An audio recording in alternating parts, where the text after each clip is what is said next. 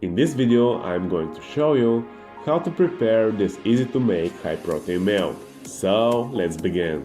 I will use 1.5 kilos of chicken breast, 400 grams of cottage cheese, around 1 bunch of dill, 2 cloves of garlic, and some salt.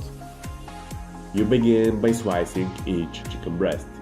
You can slice it entirely into 2 halves or leave it like this.